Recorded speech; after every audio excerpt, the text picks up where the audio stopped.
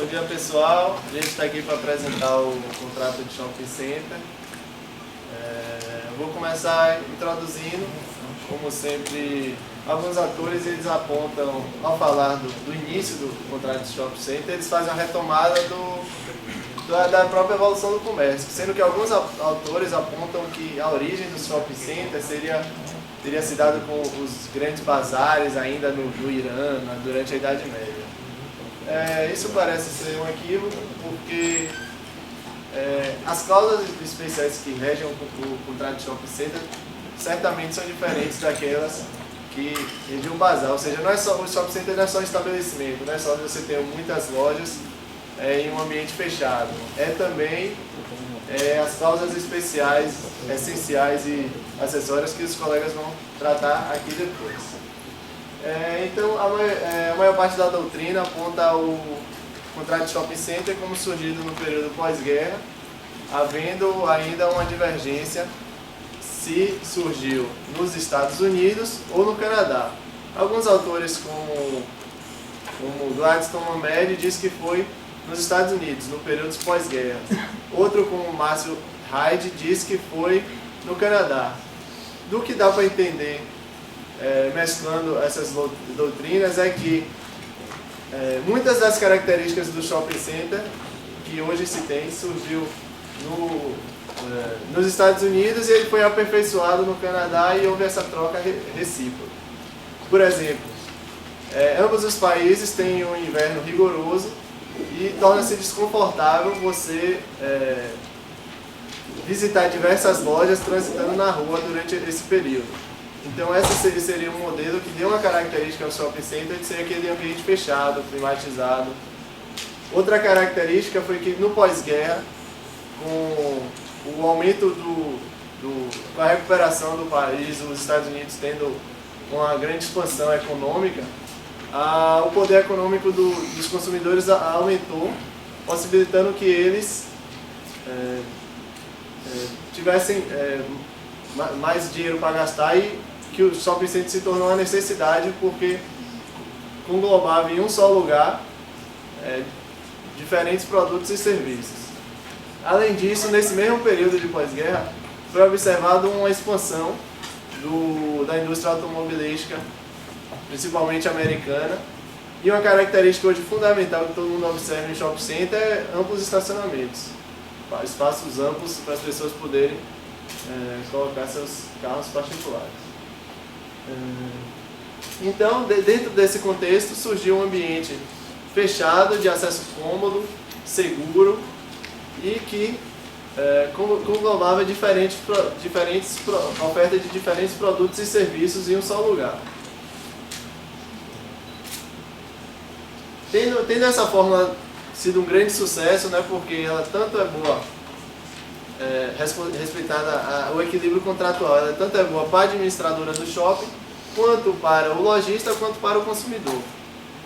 Então, esse modelo não tardou a ser implantado no Brasil. O primeiro shopping implantado no Brasil foi o Iguatemi de São Paulo, em 1966, e a partir daí observou-se uma expansão, principalmente na década de 80, espalhando por todo o Brasil. Durante o plano Collor, houve um ligeiro recuo também do próprio lucro do shopping center, por causa que ele congelou as poupanças. Então, os consumidores tiveram a perda do poder aquisitivo. Com o plano real, observou-se a expansão definitiva do shopping centers, que continua até hoje sendo observada aqui no Brasil. A Abrace, que é a Associação Brasileira de Shopping Centers, ela já tem atuação há mais de 35 anos, ela diz que há no Brasil hoje 434 shopping centers, sendo a maioria no estado de São Paulo, correspondendo a 56%. Diz ainda que a movimentação relativa ao shopping center ocupa 2% do PIB, chegando a 108 bilhões em 2011, ano passado. Para vocês terem uma ideia, em 2010 foram 91 bilhões, ou seja, foi um crescimento de 18,6%, quase 20% em apenas um ano. Outro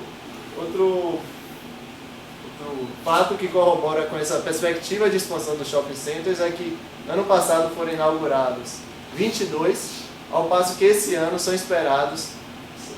esperado a inauguração de 44 novos shopping centers no Brasil. Falar também sobre as modalidades de shopping center. Como eu falei, existe a Abrace, que para ela shopping center é todo aquele estabelecimento que tem a área bruta alocável, ou seja, o que efetivamente está disposto para um lojista local realizar um contrato de shopping center, tem que ser acima de 5.000 metros quadrados de área bruta alocável. Aí dentro dessa perspectiva, tem que ter também uma administração única, voltado para constituir um mix de lojas, e aí subdivide nessas diferentes modalidades, em dois grandes grupos, primeiramente, que é o tradicional, que é o que a gente está acostumado a pensar quando se pensa em shopping center, que os nossos colegas vão falar a maioria das cláusulas, e alguns especializados de acordo com os tamanhos. Existe uma outra definição, segundo a Shopping, que é a Associação dos Lojistas e não dos Shopping Centers, que ela coloca esses 5 tópicos, esses cinco modalidades: tradicional, o temático, por exemplo, se vê muito nos Estados Unidos, digamos, shopping só para quem tem interesse por pesca ou velejar, então você tem no mesmo lugar diferentes lojas só com materiais náuticos, por exemplo. É o temático. O rotativo, que seria um shopping meio que... ele não é feito tanto para o conforto, porque ele quer que haja uma rotatividade grande de indivíduos e não que eles fiquem lá muito tempo. O outlet, que eu acho que dentro dessas classificações é o que mais se destaca, principalmente nos países da América do Norte, Estados Unidos e Canadá, que eles começaram com as perspectivas de você implantar um shopping center na periferia, ou seja, um lugar de baixo custo, um estabelecimento velho, uma fábrica abandonada, e a principal característica é que o próprio fabricante, ou seja, a própria marca, o fabricante é que vende neste lugar. E tem também o shopping center de atacado, que seria só para vendas em grande volume. Algumas críticas sobre essas classificações primeiro, a crítica à classificação da Abrace, que leva em conta basicamente a área alocável e deveria levar em conta outras características. E segundo, essa tentativa de criar diferentes formas de classificações, segundo Márcio Hyde, seria uma forma de, na verdade, você deturpar o Instituto do Shopping Center aplicando a contratos que seria de locação vantagens para o empreendedor de contrato de shopping center, que você não tem no contrato de locação normal. Por exemplo, o chamado shopping center, o chamado shopping de vizinhança, que é basicamente um hipermercado que tem algumas lojas. Ou seja, teoricamente seria basicamente um contrato de locação, porque o supermercado não provê um mix de diferentes lojas. Mas eles acabam chamando de contrato de shopping para que tenha as vantagens relativas.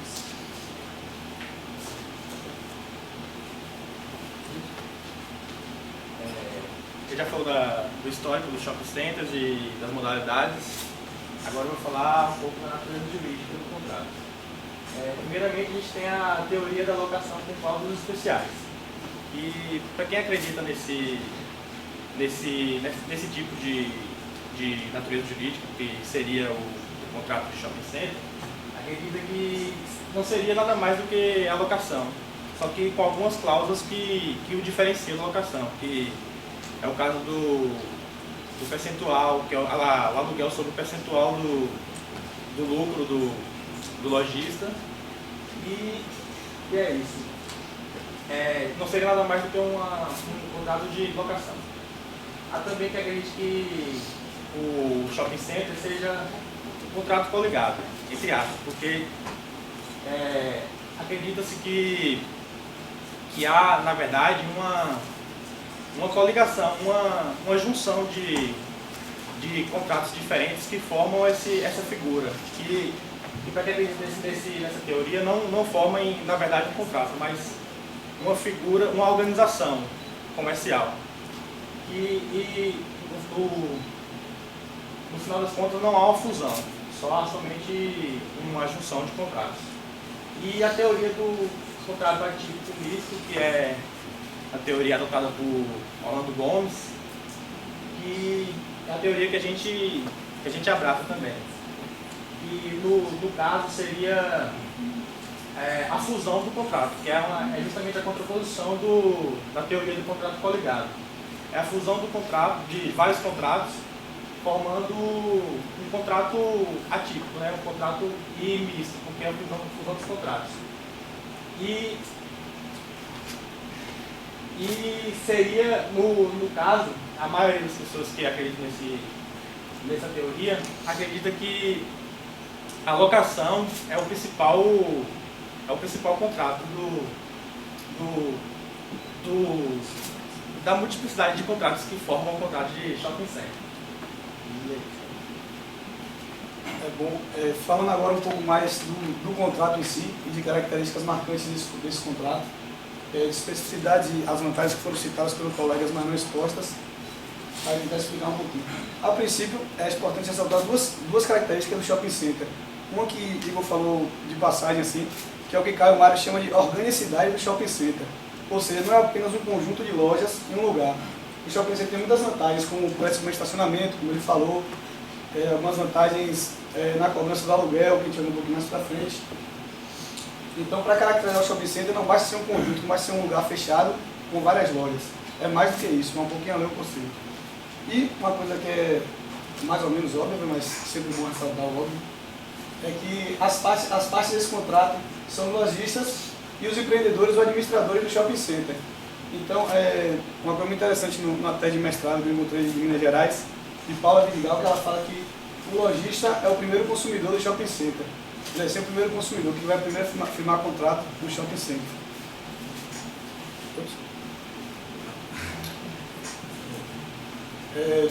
Outra característica desse contrato é que ele possui uma fase pré-contratual, que é onde a empreiteira apresenta o projeto, tentando convencer os lojistas da vantagem de se abrir um shopping center em determinado lugar, com determinadas características, para determinado público, e assim convencê-los de que seria vantajoso que se desplegasse todo esse esforço necessário para poder se construir um shopping e se abrir um shopping. Entrando já no contrato propriamente dito, ele é marcado por não ter uma regulação específica, uma lei específica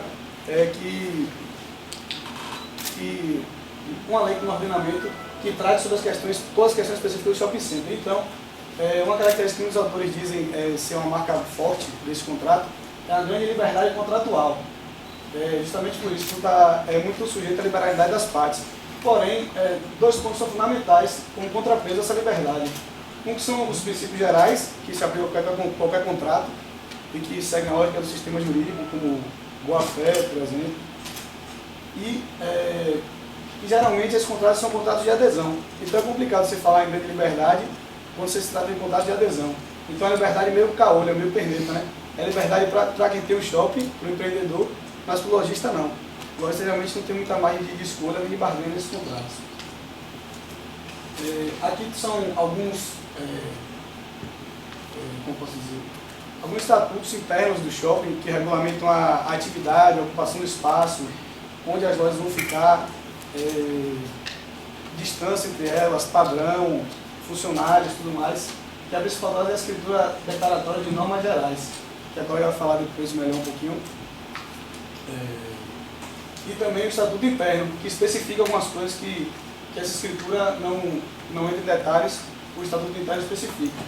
Outro podemos chamar um órgão, entre aspas, interno à organização do shopping, é o estatuto da Associação dos Lojistas, que mantém a ponte direta com a administração dos shoppings, prezando por essa boa relação e participando também de decisões.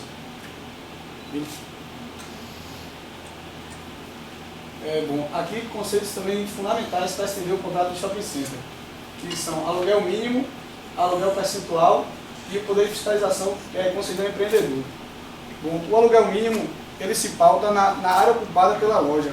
Então ele é um valor sobre um índice legal, sempre sobre um índice legal, que é calculado no aluguel, chamado de aluguel mínimo. Esse aluguel é muito pouco usado, por não ser tão vantajoso para os shoppings. Então, o que se usa geralmente é o aluguel percentual, que incide sobre o faturamento da empresa, da loja, no caso. Ligado ao conceito de aluguel percentual, está ligado por fiscalização do empreendedor, que ele pode ter acesso a documentos que comprovem o faturamento da loja e tudo mais, para poder justamente ter a base de calcular quanto seria esse aluguel percentual. E é o mais comum e mais vantajoso para o shopping, geralmente. Aqui um ponto controverso na doutrina, que é o aluguel em dobro.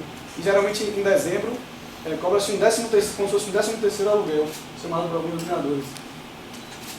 Muitas pessoas acham, palpitam pela ilegalidade dessa cobrança, por considerar injusta e excessivamente onerosa para os lojistas. Alguns que a defendem se pautam que a época de fim de ano geralmente tem muitos custos para o shopping, como por exemplo iluminação, funcionários às vezes, e que isso seria mais ou menos para compensar isso. Aqui outro ponto essencial é a proibição à cessão do ponto comercial. Isso está muito ligado à ideia que eu falei no começo de organicidade, porque não é simplesmente você tem uma loja que vai pagar o aluguel simplesmente. O shopping é todo padrão, um planejamento estratégico de que lojas estarão em que lugares, então não pode ser simplesmente uma loja com capacidade financeira para poder arcar com aluguel. Tem que ser uma loja dentro de todo o padrão de planejamento e de estratégia que o shopping traça.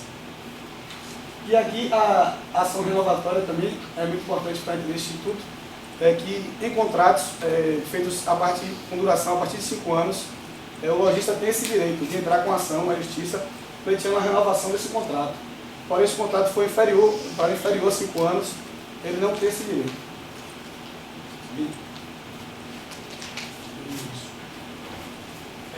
Falar agora também um pouco sobre a diferenciação do contrato de shopping center com o contrato de locação de imóveis urbanos, o contrato de locação comum. Primeiramente, é a contratação pecuniária.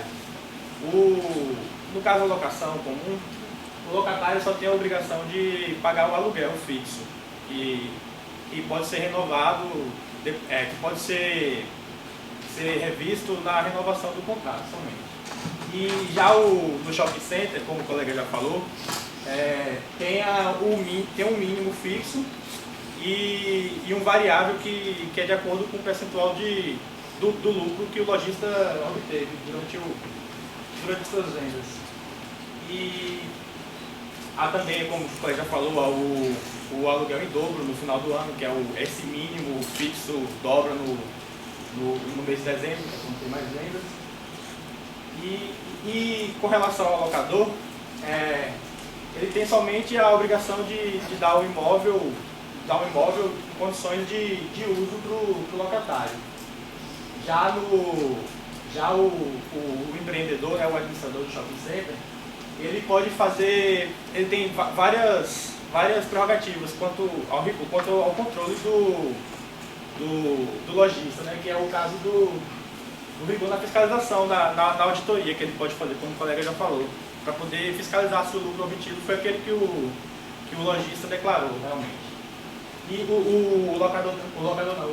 o administrador, ele tem também o poder de dizer qual tipo de empreendimento vai funcionar em tal lugar do shopping. Por exemplo, você não pode colocar qualquer tipo de empreendimento numa loja, num determinada loja, em determinado lugar. E quanto também ao horário de funcionamento, que é extremamente rigoroso nos shopping centers. E já nos locais, na locação comum, não tem esse problema. Bom dia, eu sou Yasmin e eu vou falar um pouco sobre as cláusulas especiais. Vou começar com a cláusula de raio, que é uma cláusula que tem muita discussão na doutrina acerca da legalidade dessa cláusula. A cláusula de raio é aquela que proíbe que um lojista constitua ou tenha alguma loja filial ou congênere da loja que ele tem no shopping pelas redondezas. Geralmente estipula-se um raio de uma quantidade de metros ou quilômetros. Em Salvador, isso fica em torno de 2.000 a 2.500 metros. Em cidades maiores, como São Paulo, o raio chega a 5 quilômetros em alguns shoppings. Então, nessa área, não só o lojista ele não pode ter uma loja filial ou congênere, como também os sócios, os administradores e pessoas que trabalham lá e que tenham uma filial dessa loja, ou que sejam detentores de uma loja parecida, também não podem ter nesse raio. Então, os defensores da cláusula de raio, que são obviamente os empreendedores do shopping, eles defendem que essa cláusula de raio, ela visa coibir a dispersão dos clientes, porque os clientes vão ir para outras lojas que estão ali fora. Só que os defensores da cláusula, parte da doutrina que vai contra a cláusula de raio, como a MED, diz que vai de encontro ao artigo 1º, inciso 4º da Constituição Federal, que é a livre iniciativa, que é um fundamento da República, que está consagrado na Constituição. Isso aí violaria. Outro argumento trazido também por quem é contra essa cláusula é o artigo 20 da Lei 8.884, que é a Lei Antitruste. Ela diz que constitui infração da ordem econômica, independente de culpa, os atos de qualquer forma manifestados que tenham por objeto ou possam produzir os seguintes efeitos. Um deles é limitar, falsear ou de qualquer forma prejudicar a livre concorrência ou a livre iniciativa. Fala-se também que essa cláusula ela vai contra os consumidores, porque os consumidores têm o direito de ir ou não ao shopping. Então, se eles quiserem ir numa loja daquela, eles têm o direito de ir naquela região e uma outra loja que tenha o mesmo tipo. Essa cláusula de raio ela também tem divergências dentro do próprio shopping. Então, por exemplo, um supermercado, ele muitas vezes não tem o mesmo raio que uma loja de roupas. Porque uma pessoa que vai para o shopping, ela geralmente não vai para o shopping para ir ao supermercado. Ela passa para o supermercado porque ela já está no shopping. Então, compreende-se o motivo porque, no caso dos supermercados, esse raio é menor e em caso de outras lojas, esse raio é maior. Em relação à atualização do mix pelo empreendedor e a imutabilidade do ramo de comércio. Primeiro eu vou explicar o que é o mix. O mix ele é o resultado de um estudo acerca da estrutura organizacional e econômica do shopping center. Então tudo que está disposto no shopping não é aleatoriamente.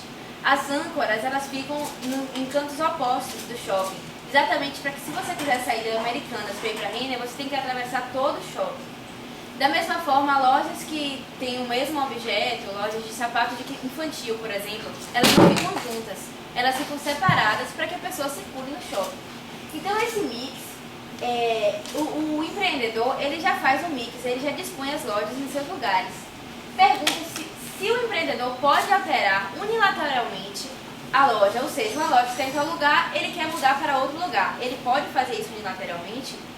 Diante da autonomia das partes, sim, ele poderia. No entanto, a gente sabe que os contratos, na verdade, são contratos de adesão.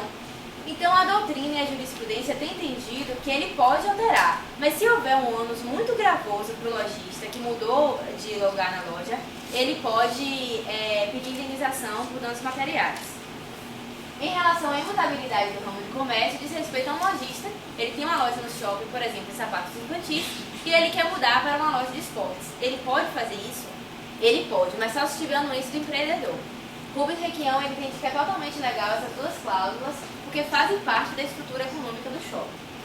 E o fundo promocional é um fundo de contribuição criado geralmente pela Associação dos Lojistas. Às vezes está previsto no contrato, mas na maioria das vezes é criado pela Associação dos Lojistas. Esse fundo promocional é uma contribuição que os lojistas dão, tanto para propagandas que são feitas pela televisão, quanto também para aquelas promoções de carro no final de ano e todas essas coisas. Pergunta-se também se há legalidade nessa cláusula de fundo promocional, e é pacífico na doutrina que sim, há legalidade, porque isso traz benefícios para todos os lojistas. Agora existem alguns shoppings que eles não põem o fundo promocional como obrigatório. Por exemplo, o Shopping Paralela, aqui de Salvador, a promoção de Natal deles do ano passado, nem todas as lojas participavam. Então só as notas fiscais de algumas lojas poderiam ser levadas para a promoção. Então tem uma diferenciação do Shopping Paralela. Você contribui com a parte da propaganda, do marketing, porque isso vai trazer para todo mundo, mas a parte da promoção de fim de ano, promoção de Dia das Mães, só contribui a loja que for participar.